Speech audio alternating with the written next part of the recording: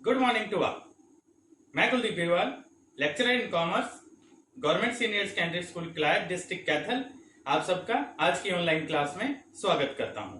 आज हम 11वीं कक्षा के बिजनेस स्टडीज के अंदर व्यवसाय के सामाजिक उत्तरदायित्व और व्यवसायिक नीति शास्त्र के बारे में चर्चा करेंगे।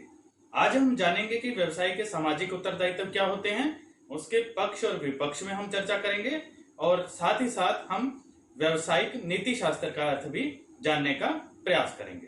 तो चलिए शुरू कर लेते हैं आज की ऑनलाइन क्लास। तो चलिए शुरू करते हैं आज की ऑनलाइन क्लास, व्यवसाय का सामाजिक उत्तरदायित्व एवं व्यवसायिक नीति शास्त्र।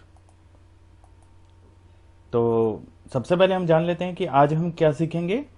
आज हम सीखेंगे सामाजिक उत्तरदायित्व की धारणा, मतलब उसका अर्थ क्या है, परिभाषा पढ़ेंगे। सामाजिक उत्तरदायित्व के पक्ष में क्या तर्क दिए जा सकते हैं और विरोध में क्या तर्क दिए जा सकते हैं, दोनों हम पढ़ेंगे। फिर व्यवसाय के समाज के विभिन्न वर्गों के प्रति क्या उत्तरदायित्व बनता है वो हम जानेंगे। आज व्यवसाय एवं वातावरण संरक्षक नामक टॉपिक के ऊपर चर्चा करने वाले हैं हम, और व्यवसायिक नीति शास्त्र की धारणा यानी कि क्या अर्थ होता है इसका, उसके ऊपर भी आज हम चर्चा करेंगे। और अपने टॉपिक का, आज की ऑनलाइन क्लास का हम समापन करेंगे व्यावसायिक नीति शास्त्र के तत्वों के बारे में हम जानकर। तो चलिए सबसे पहले हम जान लेते हैं सामाजिक उत्तरदायित्व की धारणा और परिभाषा के साथ में समझने का इसको प्रयास करते हैं। मिस्टर बोवेन क्या कह रहे हैं? व्यवसाय के सामाजिक उत्तरदायित्व का अभिप्राय उन नीतियों का अनुसरण करने, अनुसरण का मतलब होता है फॉलो करना, उन चीजों का पालन करना, उन निर्णयों को लेने तथा उन कार्यों को करने से है जो हमारे समाज के लक्ष्यों तथा मूल्यों की दृष्टि से वांछित हो। वांछित का मतलब जो होना चाहिए। तो वो सारी चीजें आ गई। उन सभी नीतियों का अनुसरण, उन फॉलो करने की बात कह रहे हैं, उन सभी नीतियों का निर्णय लेने से बात कर रहे हैं, कार्यों को करने से कह रहे हैं जिससे हमारे समाज का और सामाजिक मूल्यों का जो है वो भला होता हो। अंतर्राष्ट्रीय सेमिनार नई दिल्ली 1955 में भी इसी तरह की बात कही गई थी कि व्यवसाय के सामाजिक उत्तरदायित्वों का अर्थ होता है ग्राहकों, कर्मचारियों, अंशधारियों और समाज के प्रति उत्तरदायित्व से होता है। तो इसका मतलब क्या हो गया? समाज के विभिन्न अंगों के प्रति जो व्यवसाय के कर्तव्य हैं उनके बारे में जो है वो कहा जा रहा है। तो आज किसी व्यवसाय के मूल्यांकन का कोई पैमाना वह नहीं रहा जो आज से लगभग 50-60 साल पहले हुआ करता था। हम आज के समय की हम बात कर रहे हैं। उस समय उसी व्यवसायिक संस्था को अच्छा माना जाता था जो केवल अपने स्वामी के लिए ही अधिक से अधिक लाभ अर्जित कर रही हो। लेकिन आज परिस्थितियां बदल चुकी हैं। आज के समय की अगर हम बात करें तो आज व्यवसाय का उत्तरदायित्व केवल अपने स्वामी तक ही, अपने स्वामी का मतलब जो व्यवसाय को चला रहा है उसी तक सीमित नहीं रहा, बल्कि उसने एक विस्तृत रूप धारण कर लिया है। व्यवसाय को अपने स्वामी के हितों की रक्षा करने के साथ साथ अन्य अनेक पक्षों की भी हितों की रक्षा करनी होती है। अन्य पक्षों में क्या आ जाते हैं हमारे, जैसे कि कर्मचारी, उपभोक्ता, पूर्तिकर्ता मतलब जो सामान जिससे हम ले रहे हैं, प्रतियोगी जिनके साथ हमारी प्रतियोगिता है व्यवसाय की, सरकार, समुदाय और विश्व इत्यादि को हम सम्मिलित कर लेते हैं। आज केवल उसी व्यवसाय को अच्छा माना जाने लगा है जो अपने स्वामी के हितों के साथ साथ ये जो मैंने अभी आपको पक्ष बताए, उपभोक्ता, कर्मचारी, पूर्तिकर्ता इत्यादि, इनके भी हितों का ध्यान रखता हो। व्यवसाय कि अपने स्वामी के साथ साथ इन सभी पक्षों की संतुष्टि की जिम्मेवारी को व्यवसाय का सामाजिक उत्तरदायित्व अब हम कहते हैं। तो ये एक छोटा सा इसका अर्थ है, बड़ा आसान है। मतलब कि उन नीतियों का अनुसरण करे जिससे कि हर एक पक्ष का जो है वो जो वांछित है, मतलब जो होना चाहिए, उन सभी को वो करता हुआ नजर आए, तो हम उसको अच्छा व्यवसाय आज के समय में हम मानते हैं। चलिए अगला टॉपिक, सामाजिक उत्तरदायित्व के पक्ष में क्या तर्क दिए जा सकते हैं। तो सबसे पहला हमारा आ जाता है व्यवसाय समाज का ही एक अंग है। Business is a part of the society. क्योंकि व्यवसायिक संस्थाओं का निर्माण समाज से ही होता है, इसीलिए सामाजिक आवश्यकताओं के प्रति इनका सकारात्मक रुख होना चाहिए, यानी कि पॉजिटिव दिखना चाहिए उनका। व्यवसाय समाज की ही एक उप पद्धति है, सब सिस्टम, और एक उप पद्धति को मुख्य जो पद्धति है, मेन सिस्टम जो है, जो हमारा समाज होगा, उसकी भलाई में अपना महत्वपूर्ण योगदान देना चाहिए। या फिर हम कहें व्यवसायी के लिए एक निर्णय केवल व्यवसाय के भलाई ही नहीं होना चाहिए, बल्कि अन्य उप पद्धतियां, जैसे कि समाज के कौन कौन से अंग हो सकते हैं हमारे, जैसे कि कर्मचारी हो गए, उपभोक्ता हो गए, प्रतियोगी हो गए, सरकार हो गई, इत्यादि इत्यादि, उन सब की भलाई के बारे में भी पूरा पूरा ध्यान रखा जाना चाहिए, जिससे पूरे समाज का, यानी कि पूरे सिस्टम का, कंप्लीट सिस्टम का भला हो सके। जब एक उप पद्धति अन्य उप पद्धतियों के हितों की रक्षा के बारे में सोचने लगती है, तो दूसरे भी उसकी मदद करते हैं और अंततः सबका कल्याण संभव हो पाता है। तो कोई भी ऐसा निर्णय जो है वो नहीं लेना चाहिए जो कि सामाजिक निर्णयों के विरुद्ध नजर आता हो। दूसरे पॉइंट पे चलते हैं। सरकारी नियमों का बचाव। सरकारी नियमों से बचाव। यदि व्यवसाय द्वारा सामाजिक दायित्वों की कोई और ध्यान नहीं दिया जाता, तो व्यवसायिक पद्धति में सरकार को अधिक हस्तक्षेप करना पड़ सकता है। अगर वो ध्यान नहीं देता सामाजिक उत्तरदायित्व के प्रति, तो सामाजिक जो वो सरकार जो है वो अधिक हस्तक्षेप करने लग जाती है, जिसका व्यवसाय की प्रगति पर विपरीत असर पड़ता है। अतः व्यवसाय को अधिक सरकारी हस्तक्षेप से बचने के लिए सामाजिक हित के कार्यों को हमेशा ही प्राथमिकता देनी चाहिए। फिर तीसरे पॉइंट पे हम चलते हैं, दीर्घ काल में व्यवसाय का हित। और व्यवसाय खोला भी दीर्घ काल के जाता है, कभी भी अल्पकाल के लिए तो व्यवसाय खोला ही नहीं जाता। व्यवसाय द्वारा आज निष्पादित किए गए सामाजिक दायित्व भविष्य में संस्था की सफलता को सुनिश्चित करेंगे। यह संभव है कि प्रारंभिक वर्षों में सामाजिक दायित्व पूरा करने के लिए अधिक लागतें सहन करनी पड़े, यानी कि ज्यादा खर्चा उठाना पड़े, लेकिन संबंधित संस्था का भविष्य जो है वो इन संभावित लागतों करने से सुरक्षित हो जाता है भविष्य में। तो ये हमारे जो है वो 3 पॉइंट है जो सामाजिक उत्तरदायित्व के तर्क में हम जो है वो ले सकते हैं। फिर अगला पॉइंट हमारा आ जाता है, जो है हम इनके विरोध में भी हम तर्क ले लेते हैं एक बारी, किस प्रकार से विरोध में भी जो है वो कही जा सकती है बात, उसके ऊपर भी हम थोड़ी सी अब चर्चा कर लेते हैं। उसमें सबसे पहला हमारा पॉइंट आ जाता है व्यवसाय के उद्देश्य के खिलाफ। अब विरोध में तर्क के लिए हम क्यों इस प्रकार से कह रहे हैं कि प्रबंध के सामाजिक उत्तरदायित्व के विरोधियों का क्या कहना है कि व्यवसाय एक आर्थिक संस्था होती है, यानी कि जिसका उद्देश्य लाभ कमाना होता है, और धन अथवा लाभ ही एक व्यवसायिक संस्था की सफलता के मापदंड होने चाहिए। हमने ये पहले भी पढ़ा है कि मुख्य उद्देश्य तो लाभ कमाना होता है। प्रबंधक व्यवसाय के स्वामी का एक कर्मचारी होता है तथा कर्मचारी का दायित्व केवल अपने स्वामी के प्रति ही होता है। अतः इस विचार के अनुसार प्रबंधक अपने स्वामी के लिए धन कमाने की एक मशीन मात्र है। तो उसकी तर्क में जो है वो ये 3 पॉइंट हमारे हैं। सबसे पहला है व्यवसाय के उद्देश्य के खिलाफ। जिस प्रकार खेल के मैदान में खिलाड़ियों का मुख्य उद्देश्य खेल में विजय प्राप्त करना होता है, ठीक उसी प्रकार व्यवसाय का उद्देश्य अपने साधनों का उपयोग करके अधिक से अधिक लाभ कमाना होता है। वहीं दूसरी ओर समाज और व्यवसायिक क्षेत्रों में एक प्रबंधक की पहचान भी अधिकतम लाभ अर्जित करने पर ही हो सकती है। तो एक तो ये हो गया, मुख्य उद्देश्य के खिलाफ हो गई ये बात। फिर कार्यप्रणाली में अकुशलता आती है।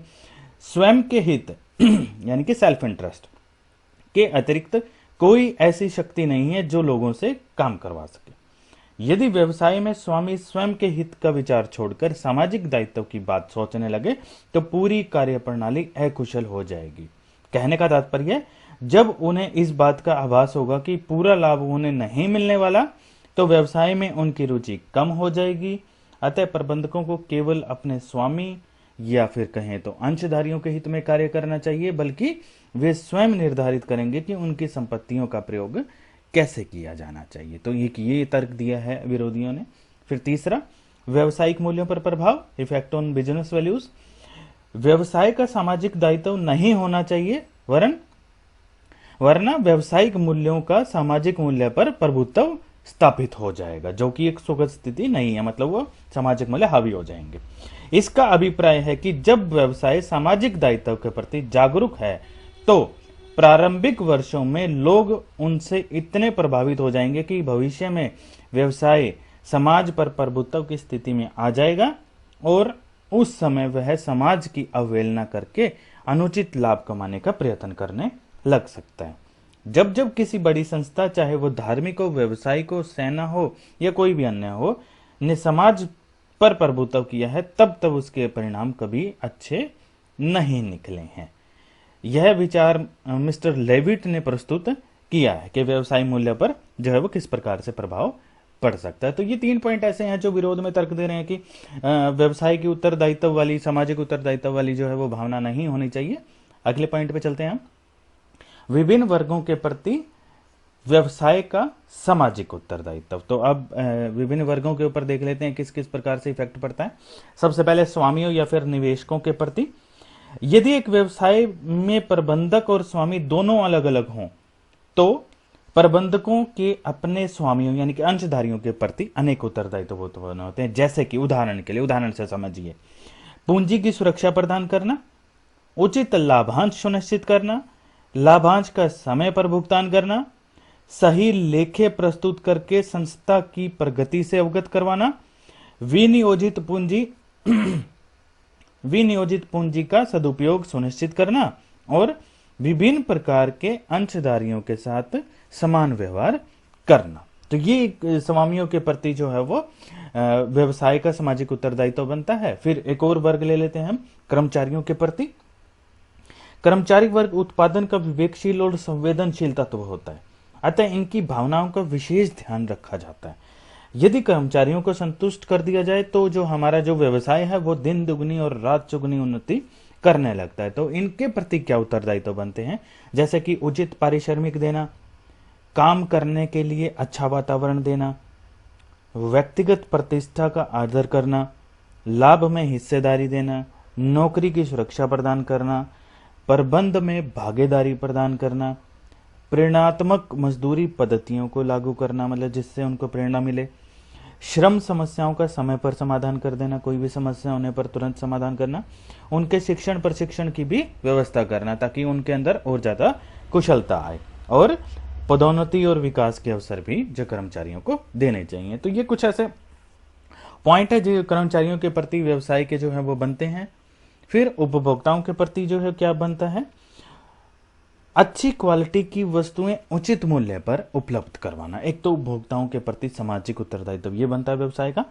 विज्ञापन में वास्तविकता को प्रकट करना, ना कि भ्रामक विज्ञापन दिखाना, वस्तुओं में मिलावट ना करना, विक्रय के बाद की सेवाएं जरूर प्रदान करना, मतलब सेल कर दिया उसके बाद अगर उपभोक्ता को कोई आवश्यकता पड़ती है तो वो भी उत्तरदायित्व बनता है। ग्राहकों की अभिरुचि के अनुसार वस्तुएं उपलब्ध करवाना, जैसे ग्राहक चाहता है वैसे ग्राहकों के निकटतम स्थान पर माल उपलब्ध करवाना, ये भी एक अच्छी चीज हो सकती है। ग्राहकों के साथ अच्छा व्यवहार करना, सभ्य व्यवहार करना, ग्राहकों को देवता समान मानना, शिकायतों का नम्रता पूर्वक समाधान करना और मुनाफाखोरी, जमाखोरी आदि असामाजिक प्रवृत्तियों से दूर रहना। तो ये व्यवसाय के उपभोक्ताओं के प्रति उत्तरदायित्व बनते हैं। फिर सरकार के प्रति क्या उत्तरदायित्व बनते हैं, सरकार द्वारा निर्धारित करों का ईमानदारी से भुगतान करना, जो भी सरकार ने टैक्स लगाए हैं वो ईमानदारी से समय समय पर देना, सरकारी नियमों का पालन करना, नए उद्योग लगाकर आर्थिक विकास में सरकार का सहयोग देना और अनुचित या उचित उपयोगों से सरकारी तंत्र का लाभ ना उठाना, मतलब कुछ ऐसा ना करें जिससे सिर्फ एक ही व्यवसाय को जो है वो सरकारी लाभ मिलता रहे और दूसरे को ना मिले। इस प्रकार की चीजें बचना चाहिए। फिर हमारा अगला पॉइंट आ जाता है समुदाय के प्रति क्या उत्तरदायित्व बनते हैं, रोजगार उपलब्ध करवाना, वातावरण को दूषित ना करना, जीवन स्तर को सुधारने में योगदान देना, धर्मशाला, चिकित्सालय, शिक्षण संस्थाओं आदि का निर्माण करके समाज कल्याण में भागीदारी बनना और असभ्य विज्ञापनों का सहारा कभी ना लेना। ये समुदाय के प्रति हमारा दायित्व बनता है। और विश्व या फिर सामान्य जनता के प्रति क्या बन जाता है, अंतर्राष्ट्रीय शांति में सहयोग बनाए रखना, अंतर्राष्ट्रीय बाजार के नियमों का पालन करना, आर्थिक रूप से पिछड़े देशों के विकास में मदद करना, ईमानदारी से व्यापार करना और मानवाधिकारों की सुरक्षा को सुनिश्चित करना। तो ये कुछ हमारे व्यवसाय के उत्तरदायित्व विश्व या फिर सामान्य जनता के प्रति बनते हैं। तो हमने जो है वो इन 6 पक्षों के जो है वो विभिन्न विभिन्न जो है वो क्या उत्तरदायित्व बनते हैं उनके बारे में अभी हमने जाना है। अगले पॉइंट पर चलते हैं हम, व्यवसाय एवं वातावरण संरक्षण। तो पॉइंट टू पॉइंट चलते हैं। सबसे पहला, वातावरण संरक्षण का अर्थ क्या होता है। वातावरण संरक्षण का अभिप्राय वातावरण को वायु प्रदूषण, जल प्रदूषण और शोर प्रदूषण, नॉइज पॉल्यूशन, इससे स्वतंत्र रखना होता है। पृथ्वी पर निवास करने वाले प्रत्येक प्राणी को स्वच्छ वातावरण की आवश्यकता होती है, इसीलिए वातावरण का संरक्षण किया जाना बहुत ही जरूरी होता है। फिर इसी के पक्ष में और पॉइंट क्या आते हैं, वातावरण को व्यवसाय से क्या खतरा हो सकता है। वातावरण संरक्षण की बात को व्यवसाय के साथ क्यों जोड़ा जा रहा है। वातावरण संरक्षण को व्यवसाय के साथ जोड़ना बिल्कुल उचित प्रतीत होता है, क्योंकि वातावरण को प्रदूषित करने में सबसे अधिक योगदान व्यवसाय का ही रहा है।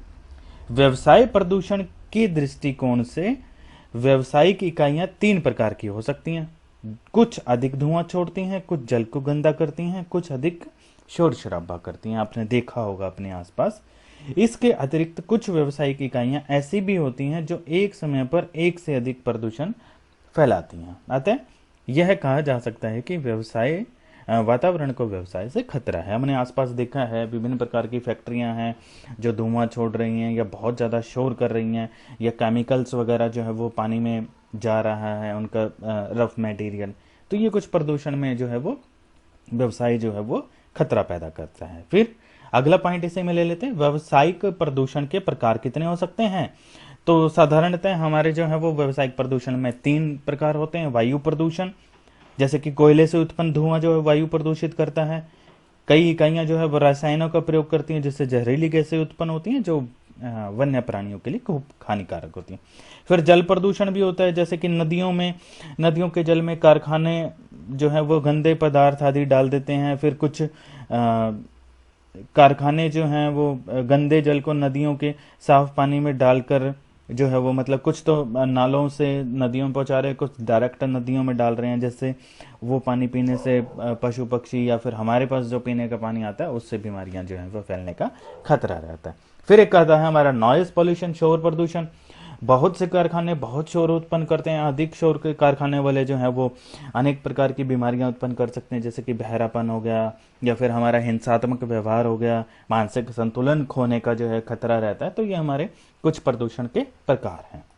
अब समस्या का समाधान किस प्रकार से हो, क्योंकि वातावरण को प्रदूषित करने में सबसे अधिक योगदान व्यवसाय का ही होता है, इसीलिए व्यवसाय का ही सबसे अधिक दायित्व बनता है कि वह इस समस्या का हल करे। वैसे भी व्यवसाय का सामाजिक उत्तरदायित्व है कि वह वातावरण को गंदा होने से बचाए। वायु प्रदूषण को रोकने के लिए जहरीली गैसें व धुओं को वैज्ञानिक ढंग से रोका जाना चाहिए। जल प्रदूषण को रोकने के लिए गंदे पदार्थों को पानी में ना फेंका जाए और गंदे पानी को साफ करके ही नदियों में डाला जाए, यानी कि जो जल को जो है वो सही करने के जो टेक्निक्स हैं वो प्लांट वगैरह हमें लगाने चाहिए वाटर सोल्यूशन करके। इसी प्रकार शोर इत्यादि को कम करने के लिए फैक्ट्रीज में जो है वो शोर प्रदूषण के रोक लगाने के यंत्र लगाने चाहिए। इस समस्या को हल करने के लिए सरकार के द्वारा भी समय समय पर कई प्रकार के अधिनियम पास किए गए हैं। इन अधिनियमों के अधीन ही 1992 में कानपुर में पवित्र गंगा को दूषित करने वाले अनेक कारखानों को बंद कर दिया गया था। इसी प्रकार 1993 में ताजमहल के आसपास स्थित अनेक कारखाने बंद कर दिए गए थे, क्योंकि इससे ताजमहल की सुंदरता को खतरा पैदा होने लग गया था। तो ये था व्यवसाय एवं वातावरण संरक्षण टॉपिक, छोटा सा था। अगले टॉपिक के ऊपर चलते हैं, व्यवसायिक नीति शास्त्र, बिजनेस एथिक्स। तो हमेशा की तरह डेफिनेशन से समझते हैं पहले। व्हीलर महोदय क्या कह रहे हैं, व्यवसायिक नीति शास्त्र एक प्रकार की कला एवं विज्ञान है जो समाज एवं व्यवसाय के पृथक पृथक यानी अलग अलग समूहों व संस्थाओं के साथ उचित शांतिपूर्ण व्यवहार संबंध बनाए रखने और व्यावसायिक व्यवहारों के औचित्य अनौचित्य द्वारा नैतिक उत्तरदायित्व को मान्यता देने से संबंध रखता है। अब इसका अर्थ क्या हुआ, इसका अभिप्राय होगा समाज द्वारा निर्धारित नैतिक सिद्धांतों से है जो कि व्यवसाय की गतिविधियों को दिशा प्रदान करता है। नीति शास्त्र का अर्थ क्या होता है? जीवन में अपनाए जाने वाले आदर्शों से होता है। आदर्श वे मान्यताएं होती हैं जो एक व्यक्ति को ईमानदारी से काम करने के लिए हमेशा ही प्रेरित करती रहती हैं। या फिर हम कहें कि जब कोई काम करते समय हम यह सोचते हैं कि सार्वजनिक हित में क्या गलत है और क्या ठीक है, तो कहा जाएगा कि हम नीति शास्त्र का पालन कर रहे हैं या नहीं कर रहे हैं। मतलब जब हम ये सोचने लग जाएं कि समाज के हित में ये काम रहेगा या नहीं रहेगा, तो फिर हम नीति शास्त्र का पालन कर रहे हैं। नीति शास्त्र विभिन्न क्षेत्रों से संबंधित हो सकता है, जैसे कि हमारा मेडिकल फील्ड हो गया, या फिर कानून वाला फील्ड हो गया, या फिर बिजनेस वाला फील्ड हो गया। व्यवसायिक नीति शास्त्र से अभिप्राय क्या हो गया? फिर व्यवसाय के क्षेत्र में अपनाए जाने वाले आदर्शों से हो गया। व्यवसाय के संबंध में आदर्शों का अर्थ व्यवसाय द्वारा सभी पक्षकार, जो अभी हमने पढ़े, अंशधारी, ग्राहक, पूर्तिकर्ता, प्रतियोगी, समाज, सरकार इत्यादि के प्रति अपनी नैतिक जिम्मेवारी को पूरा करने से होगा। या फिर हम और थोड़ा सा उदाहरण लेकर अगर समझने का इसी को प्रयास करें, तो जैसे अंशधारियों को विनियोग पर पर्याप्त प्रतिफल देना, मतलब जितना उन्होंने इन्वेस्ट कर रखा है उनको उचित मात्रा में लाभांश देना। ग्राहकों को उचित मूल्य पर अच्छी क्वालिटी का माल उपलब्ध करवाना, ये भी व्यवसायिक नीति शास्त्र में आता है। ठीक है, ये कुछ उदाहरण मैं आपको दे रहा हूं। पूर्तिकर्ताओं को समय पर भुगतान कर देना, जिनसे हमने माल लिया है उनको समय पर उनकी पेमेंट करना। प्रतियोगिताओं को जो है वो स्वस्थ प्रतियोगिता में जो है वो भागीदारी करना। समाज के लोगों को रोजगार उपलब्ध करवाना, वातावरण को दूषित होने से बचाना, सरकारी अधिनियमों का पालन करके सरकार की सहायता करना। जैसे सरकार की सहायता कैसे होती है? जैसे कि कर की चोरी ना करना और कर का समय पर भुगतान कर देना। ठीक है, तो ये कुछ ऐसे उदाहरण हैं जिससे हम व्यवसायिक नीति शास्त्र को आसानी से समझ सकते हैं। तो व्यवसायिक नीति शास्त्र का इशारा व्यवसायिक दायित्व की ओर है। चलिए आगे चलते हैं, और हमारा आज का आखिरी टॉपिक, व्यवसायिक नीति शास्त्र के तत्व। सबसे पहले स्वतः भारित अनुशासन। व्यवसायिक नीति शास्त्र का पहला तत्व स्वतः भारित अनुशासन पैदा होता है, यानी कि स्वयं को अनुशासित करना। अनुशासन के लिए किसी को कहा नहीं जाता, बल्कि नीति शास्त्र को मानने वाले लोग स्वतः ही स्वयं ही अनुशासित होते हैं। फिर दूसरा, ईमानदारी, ऑनेस्टी। व्यवसायिक नीति शास्त्र एक व्यवसायी के ईमानदार होने पर जोर देता है। अर्थात व्यवसायिक नीति शास्त्र की यह मान्यता है कि प्रत्येक व्यवसायी सभी संबंधित पक्षकारों के साथ पूरी ईमानदारी से व्यवहार करे। सभी पक्ष कौन कौन से हो गए, ये हमने जो है वो काफी बार पढ़ लिया। अंशधारी हो गए, ग्राहक, पूर्तिकर्ता, प्रतियोगी, समाज, सरकार इत्यादि, ये सभी के सभी हमारे पक्षकार हैं। फिर आ जाता है हमारा समता, इक्विटी। व्यवसायिक नीति शास्त्र में समता का एक महत्वपूर्ण स्थान है। इसके अनुसार व्यवसाय में सभी के साथ एक जैसा व्यवहार किया जाना चाहिए, अर्थात अमीर, गरीब, जाति, धर्म इत्यादि का किसी भी प्रकार का मतभेद नहीं किया जाना चाहिए। फिर मार्गदर्शन शक्ति, मार्गदर्शक। नीति शास्त्र में लोगों की भलाई पर जोर दिया जाता है, ऐसा हमने पूरे चैप्टर में अभी हम पढ़ा, तथा कानून लोगों की भलाई के लिए बनाए जाते हैं। अतः नीति शास्त्र कानून बनाते समय मार्गदर्शन का कार्य करता है। फिर आ जाता है हमारा सहायक प्रवृत्ति, हमारा आखिरी पॉइंट।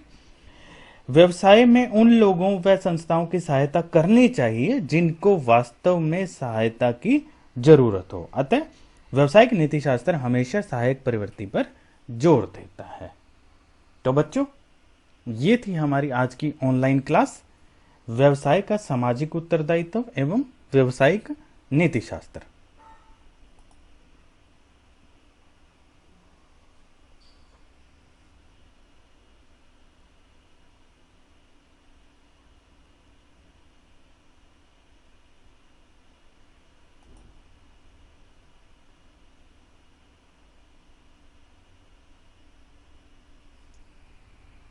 तो बच्चों, कैसी रही आज की ऑनलाइन क्लास? उम्मीद करता हूं आप सबने ध्यान से सुना होगा और अच्छे से समझ पाए होंगे।